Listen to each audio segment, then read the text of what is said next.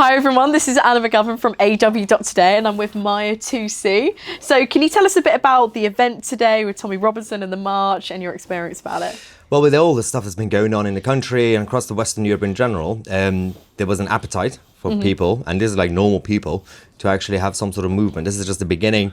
The media wanted to think this is like some sort of far right, like football hooligans, skinheads or whatever, but the rest of the crowd were a lot of middle-aged women and families and everybody else. And in fact, you had people flying the American flags, the Israeli flags, the Iranian flags, and of course the Welsh flags and all the others as well.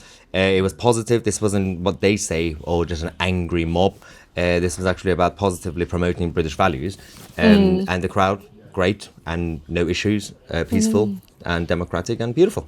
No, Tommy Robinson showed me that headline from one of the mainstream media outlets saying it was football hooligans. Yeah. Why do you think they depict them like that? Why would they just say that? But the left use words. Sometimes they basically take over words, and sometimes they invent new words. They've been very good at basically using the war of words. For example, they also use it positively for themselves. You can only be compassionate if you're left wing, for example. And then, of course, if you vote Leave, you're a gammon, football hooligan. So because the tactic works, but it has worked. But I think people are finally waking up because it's been overused. And I think that's because of social media, new media, access to information. People don't just get their news after a couple of days in newspapers.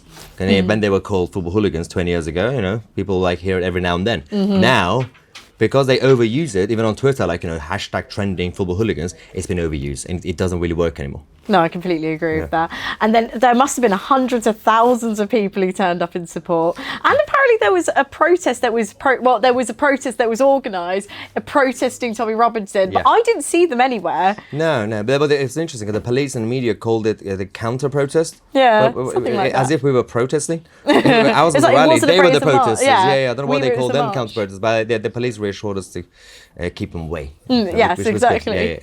So what would you say was the highlight for you today? Well, to be fair, the reaction to the film was very good, and a lot of selfies. A lot of people came and said hi to me. That was lovely as well. And I think the appetite that a lot of people now are welcoming new media revolution, you guys and everybody else, that was nice. So your slogan is "We are the media." What does that mean? Well, this is actually to send a message to the mainstream media that I came up with it when we were a small channel. And despite being a small channel, we were still getting more views and in terms of influencing the general public more than the mainstream media. So we were saying we are the media. But now, we've just reached 500,000. So technically, I think I should change it to we are the mainstream media. Brilliant. Thank you so much. Thank you very much. Yes.